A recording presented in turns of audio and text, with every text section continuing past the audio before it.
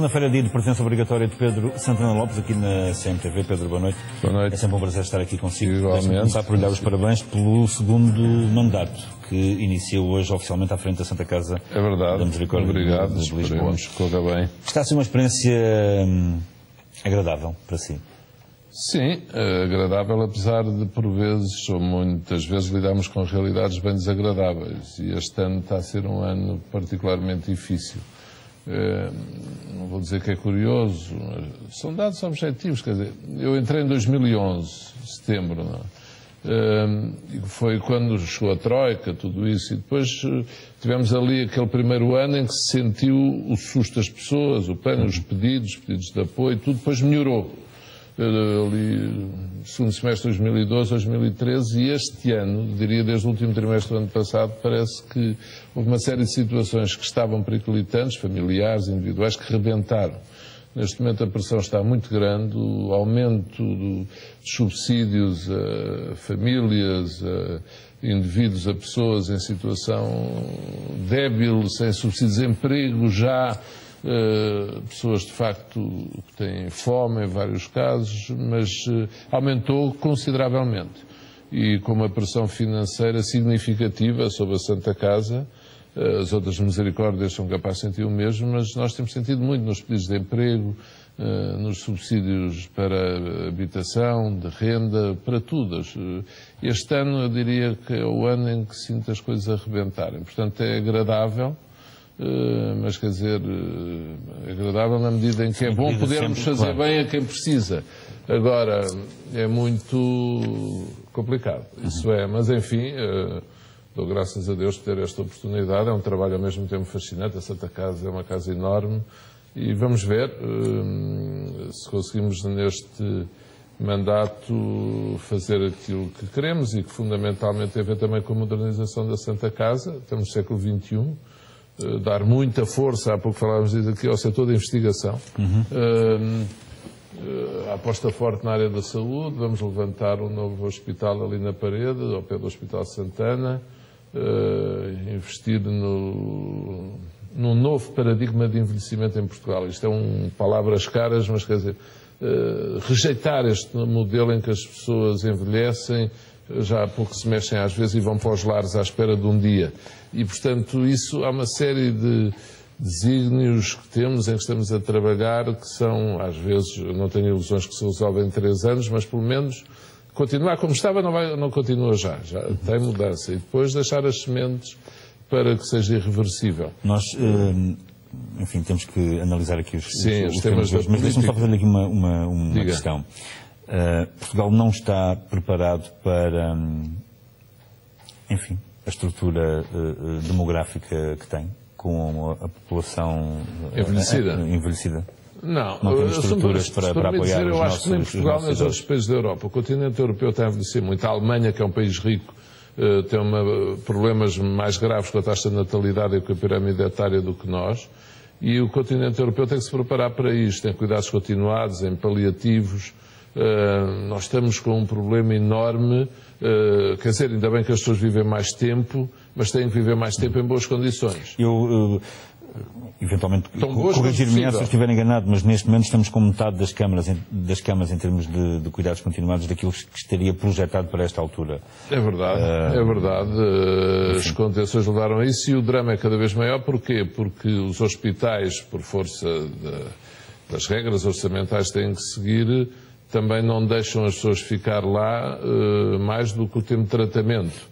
E as famílias também depois não as podem receber, muitas vezes as pessoas são dependentes, estão imobilizadas ou quase, e portanto telefonam-nos as famílias a dizer ajudem-nos. E o ajudar são lugares para cuidados continuados ou às vezes paliativos, e que não há. E daí o facto de nos termos ligado muito à União das Misericórdias agora, que era uma coisa, Santa Casa Misericórdia de Lisboa e a União das Misericórdias não trabalhavam juntas. Há muitas pessoas que não sabem, Santa Casa não pertence à União das Misericórdias, porque tem esta ligação ao Estado, os jogos, e depois há todas as outras misericórdias do país que pertencem à União das Misericórdias. Portanto, muitas vezes eu recebo telefonemas a pedirem-me coisas para outras misericórdias, eu digo, eu posso pedir, mas não mando. Há uma união, que é o Dr. Manuel Lemos, o Presidente, E agora estamos a trabalhar imenso em conjunto, que é o que faz sentido, é o que é óbvio, exatamente, e muito nessa área. Fazemos um banco de dados, temos a noção dos lugares que eles têm disponíveis, a procura que temos a mais e vice-versa, para podermos fazer uma gestão integrada, principalmente nesse setor, que é neste momento mais premente. Mas não só, eu posso dizer, nós nos centros de acolhimento de bebés, neste momento, há aqui um em Lisboa, Santa Joana, pronto, onde vamos ter que meter mais pessoas, temos mais bebés a serem-nos entregues. Dezenas temos lá, não vou dizer quantos, mas temos lá muita criança. É um mundo e as pessoas não têm noção de tudo grande, aquilo que faz a Santa Casa. Pessoas que lá trabalham e muitos milhares a que damos apoio e ajuda. Olha, eu desejo-lhe boa sorte no seu mandato. Obrigado e obrigado pelo seu interesse por essas matérias. Já passou várias vezes aqui vários trabalhos seus. Ainda tem que lá ir outra vez ao Coitão. Deixei lá uma ou duas reportagens para fazer. Lá esperam por si. Bom, este fim de semana foi fértil aqui em acontecimentos, não é? Mais começar por fim de semana com suspense. Por essa nova administração do novo banco. O Banco de Portugal errou na escolha de Vítor Bento? Olha, eu, tanto quanto é possível, tenho procurado pensar muito nesta matéria neste fim de semana. E a nossa reação primeira é, de facto, atirar uma pedra. Ou ao Banco de Portugal, ao Governo, ao Presidente, à oposição, mas principalmente ao Banco de Portugal. E eu vou-lhe dizer uma coisa, quer dizer, o problema não é do Banco de Portugal, é do sistema de supervisão no mundo em geral. Veja nos Estados Unidos o que aconteceu com os Lehman Brothers da vida e com todas aquelas instituições que tinham o AAA de rating na véspera de rebentarem. E, portanto, o que os sistemas financeiros têm que procurar são, de facto, estruturas de supervisão e regras de supervisão eficazes, mais poderes para entrarem pelos bancos dentro, pronto, com todo o respeito pela iniciativa privada e pela propriedade privada, mas um banco é uma propriedade privada de forte interesse público. Olha, Santa Casa de Misericórdia é uma entidade de direito privado, mas de direito público, de interesse público. Os bancos também o são. A partir do momento em que se gera aquilo que é de outros, de facto, e numa dimensão tão grande, há obrigações para com a comunidade. E, portanto, a supervisão tem que ser mais eficaz. O que eu diria é que o Dr. Carlos Costa, que eu não conheço, nunca falei com ele, mas quando nomeou o Dr. Vítor Bento e a sua equipa, ele estava a trabalhar noutro filme. E escolheu uma equipa ainda para o BES, julgando que o BES era a joia da coroa e que ia sobreviver e que eles eram a equipa adequada para aquele filme. Depois foram ultrapassados pelos acontecimentos, de facto. Só que o filme era outro. Ele já lá estava e de repente sai aquele relatório de contas 31 de julho que dá não sei quantas vezes o prejuízo que era previsto. E, portanto, a partir do momento 4, tal, mil milhões de euros, a partir do momento em que isso acontece, eu tenho pensado nesta situação, será que ele tinha a obrigação de sair na altura de dizer, olha, eu não foi para isto que vim, se não é para o BES continuar, se há novo banco, mau banco, então eu saio. Bem, eu acho que se ele saísse naquela altura, lançava mais o pânico ainda do que as pessoas sentiram. E, portanto, sendo todos tentados numa primeira reação a dizer ele tinha a obrigação de ou saía na altura ou não saía agora... Portas fez a Vítor Bento críticas, enfim, contundentes, ainda ontem, não é? Fez, e eu penso que com toda a franqueza que... Ou dizer que era preciso estar uma pessoa que colocasse os interesses nacionais à frente dos interesses pessoais. Acho que é injusto. Eu também, Vítor Bento, Moreira Rato, conheço-os mal. Por acaso, quando era líder parlamentar do PSD, em 2008, convidei o Dr. Vítor Bento para ir falar logo ao grupo parlamentar, eu que não o conhecia, por ser motivo de consideração pelas qualidades dele. E não acho que seja o caso. Eu acho que Vítor Bento, manifestamente, não é um banqueiro. É uma pessoa trabalhando no setor financeiro, mas não é um banqueiro. Claro. Não é uma pessoa do setor bancário. E o Dr. Moreira Rato e o Dr. José Honório, quer dizer, entraram com Vítor Bento. Portanto, sair Vítor Bento e ficarem eles... acho é que, de facto, nós estamos num tempo, porque lá está. O problema é nós estamos a ser cobaias. Nós estamos a fazer o experimentalismo da tal que já falámos aqui, diretiva europeia. Se fosse só no BES... O problema é esse. É que nós já está farto de ser cobaia, não é? Deste experimentalismo, nomeadamente europeu, nestas receitas, ou troika ou não troika. Troika que andou por cá, que andou lá a auditar o BES, mas que não viu nada disto. E portanto... O Banco de Portugal, aqui há semanas, de facto não tinha esta zona, dizia, bem, o plano a médio prazo. E cria-se este fundo de resolução, tenho aqui o comunicado, que diz sobre a entrada da nova equipe: o Fundo de Resolução e o Banco de Portugal convidaram para assumir a presidência do Conselho de Administração do novo banco o Dr. Eduardo Stock da Cunha. Ora, o que é o Fundo de Resolução? É o Estado e os outros bancos. Esta entidade, uma entidade, quer dizer, que nunca existiu em quase lado nenhum. Neste momento já aparece aqui, tem São uma os acionistas. São os acionistas. Acionistas que são os rivais do banco que ainda existe. Está a ver? E, portanto, isto é anacrónico. Por mais que um tipo tente ouvir isto e pensar assim, não, isto faz sentido, isto, pronto. Nós não podemos pensar isto, pensamos, pronto, isto tem que ser. Não há outra solução. A solução pior era o banco ir de toda à falência. Mas, quer dizer, este caminho é um caminho cheio de pedras. Mas há aqui uma preocupação do Governo e de certa forma, do Banco de Portugal em evitar, de facto, que os do costume paguem mais esta crise, nomeadamente os contribuintes? Houve o espírito da diretiva europeia, é esse, sem dúvida nenhuma. Até foi aprovado em reação ao que aconteceu em Chipre, todos aqueles episódios, preocupação, o que os contribuintes têm que pagar, os depositantes também a ver arder os seus depósitos ou a hipótese de eles arderem. E, portanto, a diretiva europeia procurou construir um sistema neste sentido. E isso é bom. Só como estamos a ver nesta situação de cobaias em que estamos, pela prática, que nós é que estamos a ser os experimentados e experimentalistas ao mesmo tempo, isto não é fácil. E, portanto, dizer-se assim, olha... temos aqui 5 mil milhões. O banco está em situação difícil. Nós separamos a parte boa da má. Já sabemos o que foi. Esta crise vai fazer com que o banco, obviamente... E o banco agora é um banco... Continua a perder valor, não é? Pronto. O banco, à luz do aviso 12 de 2013 do Banco de Portugal, tem que seguir o regime do banco de transição. Portanto, é um banco que não é propriamente banco. É um banco que tem que vender os seus ativos, deve o fazer de forma transparente, quase concurso público, não é bem concurso público. E, portanto, a equipa de Vítor Bento estava-se a preparar para esse trabalho que levaria meses. O que é que começa a dizer cada vez mais a concorrência e não só? O banco perde valor, como João está a dizer, cada vez mais, à medida que o tempo passa, não tem uma identidade, não tem vitalidade. E o melhor é vender mais depressa possível. Concorda com essa solução? Hoje em dia concordo, porque não é que alguma vez tenha discordado, mas acho que é inevitável. Porquê? Porque a partir do momento em que se matou o BES antigo, o novo banco não nasceu. O novo banco foi uma ficção. Não há novo banco. A borboleta é uma miragem. Quer dizer, porque quando se deu a machadada no BES, hoje em dia uma pessoa olha para o novo banco e o que é? É um organismo sem vida. É uma ficção, de facto. E há relatos de que, de facto, este novo banco, esta nova entidade está completamente paralisada. Tem empresas que têm que renovar créditos, enfim... Pois. Aparentemente os relatos que vão surgindo é de que essa parte não está a funcionar a 100%. Não é está fácil. Mais palparado. Não é fácil. Eu relaciono-me com o novo banco a vários títulos, também enquanto Santa Casa Misericórdia. Não vou dizer mal, mas relaciono-me porque já me relacionava com o BES. E, portanto, continuo lá, em ato de fé também e de confiança, mas há de convir que não é fácil.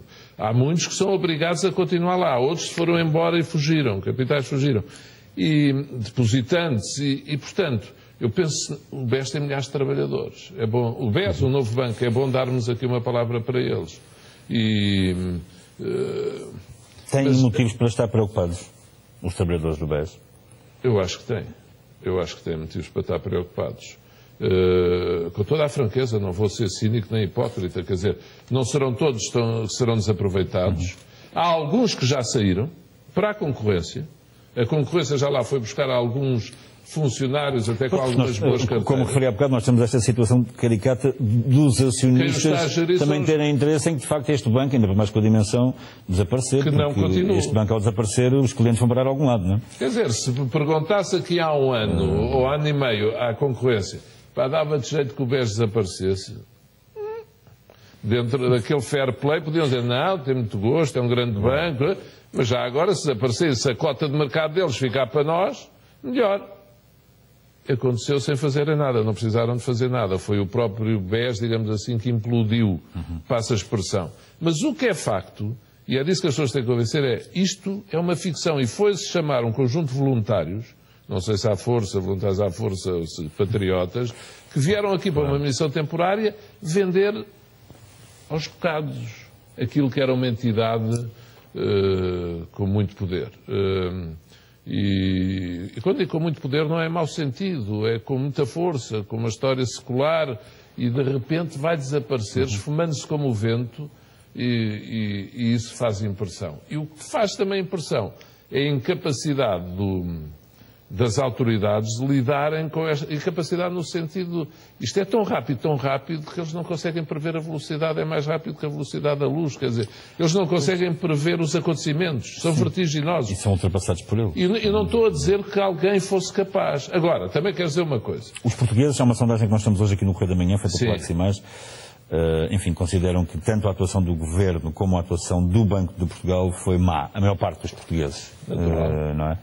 36% em relação à atuação do Governo criticam, consideram que foi má, e 33,9% consideram que a atuação do Banco de Portugal, do Governador do Banco de Portugal também foi má.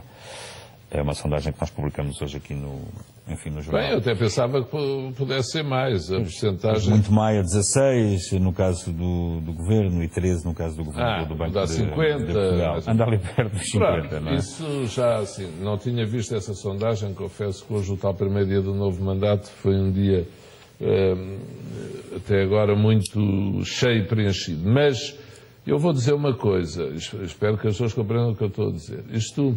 Aqui há um mês ou dois, era o Governador do Banco de Portugal que era o herói. Eu lia as setas para cima, não sei o quê. O Governador do Banco de Portugal bestial está a tomar conta, está a tomar o pulso.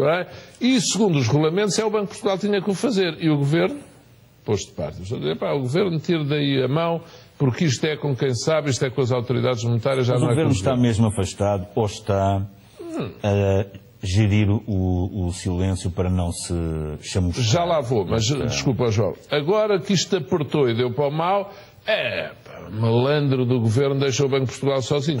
Ninguém obrigou o Governador do Banco de Portugal a fazer aquela conferência de imprensa na noite em que anunciou a decisão. Ninguém o obrigou. Mas era impensável que não falasse, não é? Não tinha que falar, mas se ele entendesse que não devia ser ele devia ter posto a questão. Ou era ele ou o Ministro das Finanças. Devia ser ele. Pode ser assim, mas a Ministra das Finanças e o Primeiro-Ministro deviam ter dito mais do que disseram. Bem, há assuntos que as pessoas podem pensar, quanto mais falarem, mais agitação há. Eu, por exemplo, vi um comentador da concorrência, o Dr. Marcos Mendes, que disse muito bem tudo o que estava a passar e anunciou, e veio viva o Governador do Banco de Portugal, e veio aí o Governador do Banco de Portugal, e sei tudo do Governador do Banco de Portugal, e agora, este sábado, ouvi dizer a hipocrisia do Governo, que só não fala e só fala o Governador do Banco de Portugal. Bem, isto agora está apertado, apertou. Portanto, eu não estou a dizer, eu também não sou daqueles que dizem que o Governo deve estar calado. Mas também agora não vem dizer que o Governador do Banco de Portugal se pôs na posição em que está, empurrado pelo Governo. Os governadores dos bancos centrais hoje em dia, na generalidade das sociedades europeias, têm um papel importante e relevante nestas matérias, e as próprias normas em vigor da União Europeia apontam nesse sentido. Agora, depois há uma apreciação política e uma palavra política e uma palavra às sociedades, que eu penso também que o Primeiro-Ministro e a Ministra das Finanças a podem dar, ou o Vice-Primeiro-Ministro a podem dar, e que não lhes fica mal dar. O o Primeiro-Ministro aflorou a questão ontem, não é? Aflorou, falou, e como o João disse, foi algo crítico para a equipa que saiu, e disse que espera agora que estes que chegam tenham esse tal sentido patriótico. Volto a dizer, acho que foi algo injusto de Paulo Portas. Vamos ver. Na prática, a equipa de Vítor Bento, como eu dizia, esteve lá para uma parte da história. Para liquidar o banco. É? Eles queriam eles queriam construir. E estes que vão para lá, não estou a dizer também que vão destruir, vão vender já. E vender já foi algo que não foi pedido à equipa de Vítor Bento. E por isso eu Tem legitimidade para sair. Sim, eu compreendo que se eles não se sentiam bem e se não estão de acordo com a venda já, acho que não podiam executar essa missão. E por isso compreendo que eles o tenham feito, não lhes atiro pedra nenhuma. Ainda em relação à intervenção ontem de Paulo Portas no encerramento da Universidade do encontro de quadros do CDS. Do CDS, vem aí um anúncio de uma nova coligação, não é? Foi isso que Paulo Portas deu a entender, de certa forma. Por que dizer que vai ganhar as legislativas? Com um partido e com maioria. Pois, quer dizer... Como a maioria não implica passa pela cabeça que Paulo Portas que a maioria tenha que ser com o PSD? Não, o que esteja a dizer que é ganhar sozinho as eleições. Pois, com toda a consideração que tenho por ele e pelas suas qualidades, mas acho que isso não lhe passará pela cabeça. E estranho que Paulo Portas o tenha feito, porque eu julgava que Paulo Portas pensava que ainda era cedo para falar em coligações. E, portanto, houve ali eu acho que é cedo. Acho que nem CDS nem PSD devem dar a entender nada se querem ou não coligações. Já aqui falei disso, não chega ao ano que vem o eventual sortilégio da coligação. Novidade, olha, veio uma coligação PSD e CDS, que já não é grande novidade, estão coligados no governo, mas fuma-se. Uma coligação pré-eleitoral que, de facto, eles não fizeram antes, perde o encanto. Sei que tem algum encanto. Mas a ilação, mas é possível tirar esta ilação das palavras de... Sim, eu não sei se foi propositado, mas quem ouviu pode tirar essa ilação sem dúvida nenhuma. Foi forçado, terá sido forçado a isso? Pela conjuntura? E ele pode ter feito isso por uma razão. Como falou em moderação fiscal, e aí marcou aquela tónica de alguma diferença com uma parte do governo, mais ligada ao PSD, com o Primeiro-Ministro e a Ministra das Finanças, ele se calhar para contrabalançar fez essa nota de simpatia, esperamos ganhar as eleições para o ano com a maioria, ou temos hipótese, ou queremos lutar por isso. Pode ter sido para contrabalançar naquela desagradabilidade que é sempre vir falar em público antes das decisões do governo estarem tomadas, decisões que o governo tem que tomar. Pronto, já sabemos que há estas sensibilidades no governo. Eu espero é que, já que falam em público, que tenham a certeza que têm capacidade para resolver em privado aquilo que andam a falar em público. Porque senão andar a falar em público para depois se zangarem é algo que nem passa pela cabeça. O país precisa de estabilidade e falar em público de matérias que não estão ainda acertadas é um risco que só pode correr quem tem a certeza que pode fazer o entendimento. Quando chegar à parte das conversas... Sim, quem é patriota só pode fazer assim. E Portas claro. Vamos passar para outro tema que tem aqui em análise. Uma das questões que quero falar prende-se com a política internacional. O referendo na Escócia. Sim. Daqui a 3 dias. Mas antes disso, e era isso que eu não me estava a recordar, quero abordar esta questão de Marinho e Pinto, não é? Já muitas pessoas falaram sobre a sua declaração extraordinária, dizer que se vem embora, que acha que o salário é ignóbil, mas que vai receber mais um ano. Pronto, acho que a declaração fala por si, não vou dizer bem nem mal, cada um gosta ou não gosta. Acho que é um estilo, é uma atitude, enfim, insólita. A criação de um novo partido é que leva Marinho e Pinto para um caminho mais difícil. E isso eu acho que pode ter consequências naquilo que será a realidade eleitoral da esquerda no ano que vem. É quando Marinho e Pinto, MPT, era uma realidade ameaçadora, como Grano Salles, algo ameaçadora para o PS e para o PC, e para o Bloco, para os três, não muito ameaçadora, mas algo ameaçadora, Marinho e Pinto com um novo partido, eu acho que é menos ameaçador. E acho que esses episódios todos têm tirado um pouco o encanto de novidade com que Marinho e Pinto estava. Claro. Dizer fico, não fico, fui eleito, mas vou-me embora, posso ser candidato a Primeiro-Ministro ou Presidente da República. Ele é um homem com qualidades, mas eu acho... Retirou-lhe credibilidade aos olhos dos eleitores. Quer dizer, pelo menos eu acho que ele está a retirar a simpatia, o apoio, acho que não está... Acho que ele foi eleito, ganhou apoio, ganhou espaço. Se ele agora tivesse ficado calado estas semanas, que ainda acabou de chegar a Estrasburgo ou a Bruxelas, acho que ele só tinha ganho com isso. Eu, por aquilo que vejo nele, e porque conheço dele pouco, eu acho que ele sente que é seu dever fazer isto, mas também é nítido que, sendo predestinado para voos maiores, sejam eles quais forem, e que acha que o partido cria só por ele, ainda não sabe bem qual é a ideologia, ele diz que é democrático e republicano, pelo que eu ouvi, e democracia, república e justiça. Bem, isto é pouco para saber qual é a ideologia de um partido. Faz-me lembrar o PRD, e mesmo assim esse tinha o general Ianes, tinha sido Presidente da República, e que era bem conhecido os portugueses a sua intervenção política. Aqui, acho que Marinho Pinto se meteu por atalhos forçados. E diz o povo atalhos forçados, caminhos dobrados. Tipo, ou ao contrário, caminhos forçados, trabalhos dobrados. Assim é que Mas houve aqui uma certa demagogia. Está a falar de quê? De Marinha Pinto, porque... Do vencimento a propósito... Enganou os eleitores, de certa forma. Sim, eu estou convencido que quem votou em Marinha Pinto... Há eleitores que seguramente podem achar que foram enganados, eleitores que tenham votado nele. Sim, mas há pessoas também, vamos dizer o seguinte, há muitas pessoas hoje em dia no Portugal desiludido que gostam do discurso de Marinho Pinto e das coisas que ele diz. Portanto, vamos ver qual é a resultante entre aqueles que se sentam enganados, que alguns sentirão, um número considerável, e os que, apesar dele ter mudado de agulha, gostam do que ele diz e do que ele anuncia, vamos ver. Eu acho que ele, apesar de tudo, terá sempre alguma implantação. Só que pode correr o risco de passar dos 4% por onde ele andava para mais próximo do Partido Livre, ou seja, 1,5% ou 1%. Isto se ele, entretanto, não assumir a candidatura à Presidência da República, que também há essa possibilidade, não é? É que se ele for candidato a Presidente da República, ser candidato a deputado também é difícil. E sem ele candidato a deputado, um novo partido, quem é que tem de pessoas conhecidas? Pois. Criar um novo partido é muito complicado. E de fazer isso num ano ou menos... E perante o eleitorado, um político tem que dizer o que é que quer claramente, não é? Sim, e neste momento, de facto, Marinho Pinto, as pessoas não percebem o que é que ele quer. E sem se perceber o caminho... Eu agora estou-me a lembrar, por exemplo, do Rui Rio, não é? Também, de certa forma, pediu uma vaga de fundo... Sem saber bem para onde.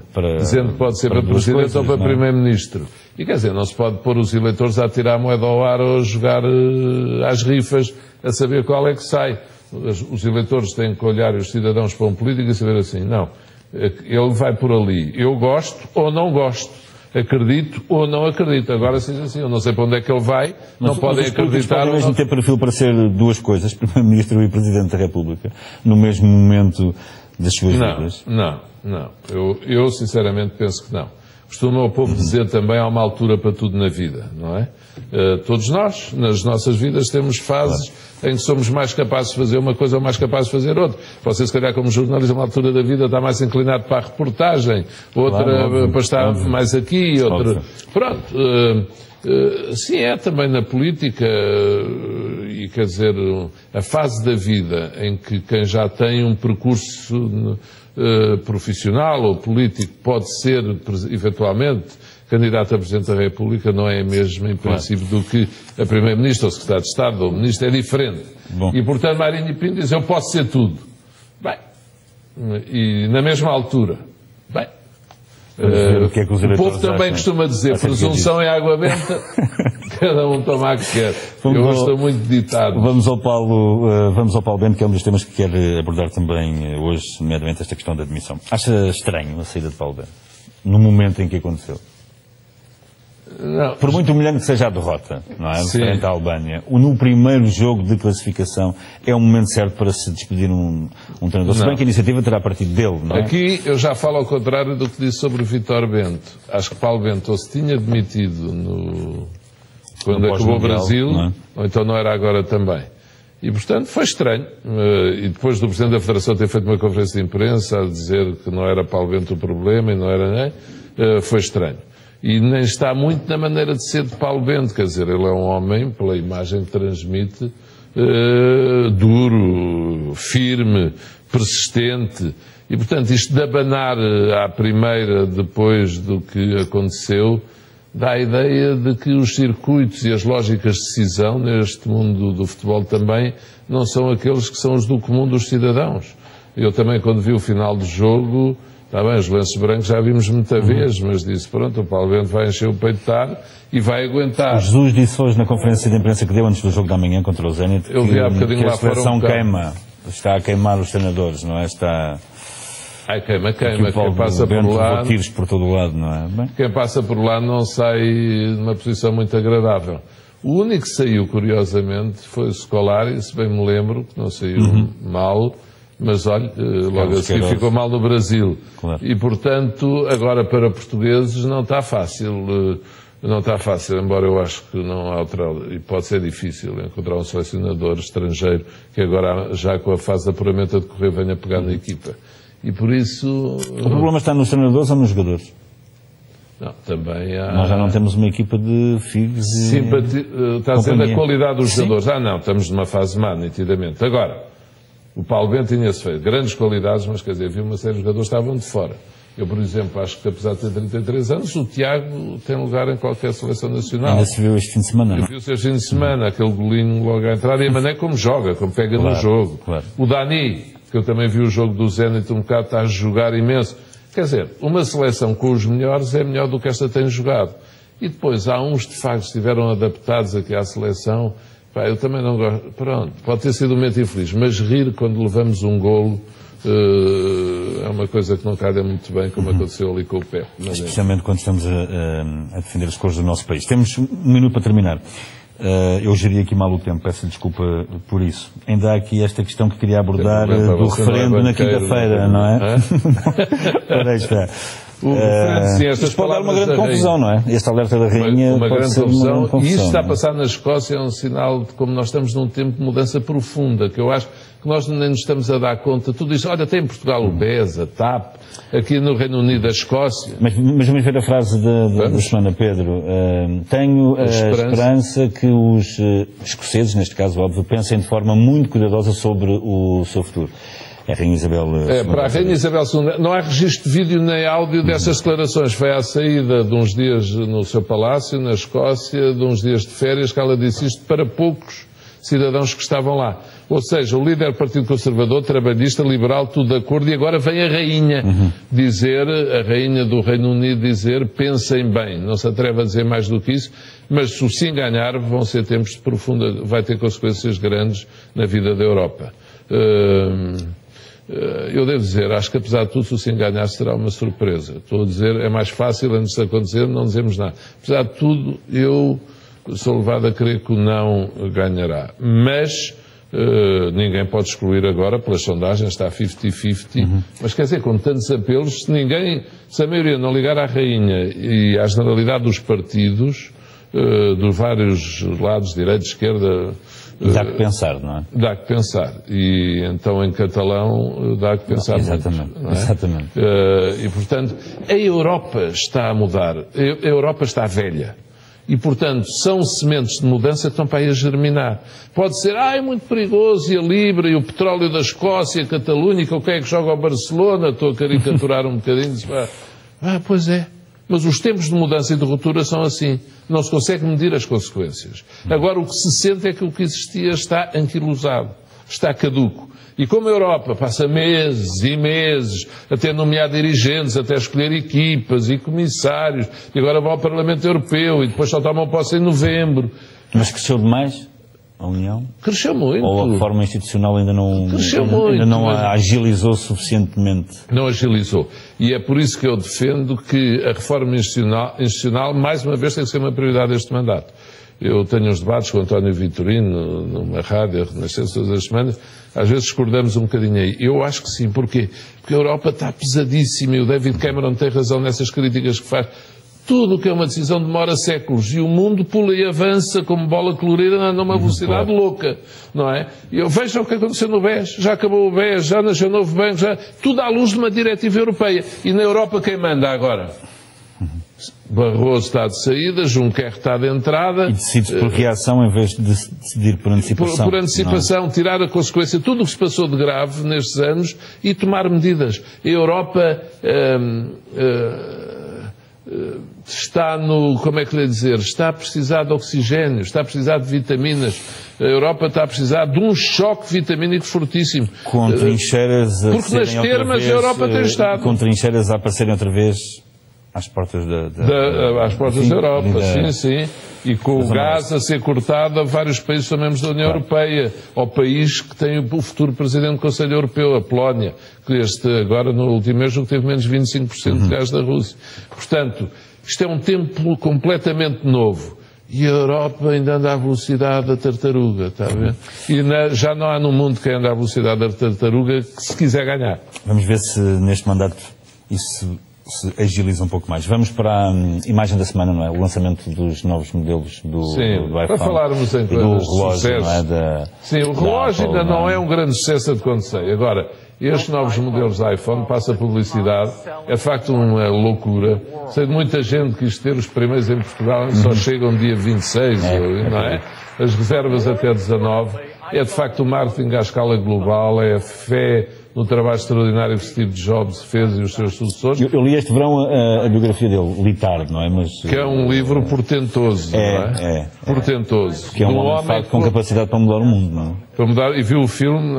Não. Não. Eu vi o filme, o livro ainda não li todo, mas já li o suficiente para saber que é um livro portentoso e de um homem com um feitio muito complicado, mas genial, e que combinava a capacidade de inovação tecnológica extraordinária com o gosto, com o sentido do design, estas linhas sempre fantásticas, tudo o que é da Apple de facto tem para essa publicidade. Perfeição. Embora, exatamente, a busca da perfeição. Aquilo que ele dizia, mesmo que ainda não tenham percebido que é isso que vão querer, podem ter a certeza que é isso que vocês no futuro vão precisar.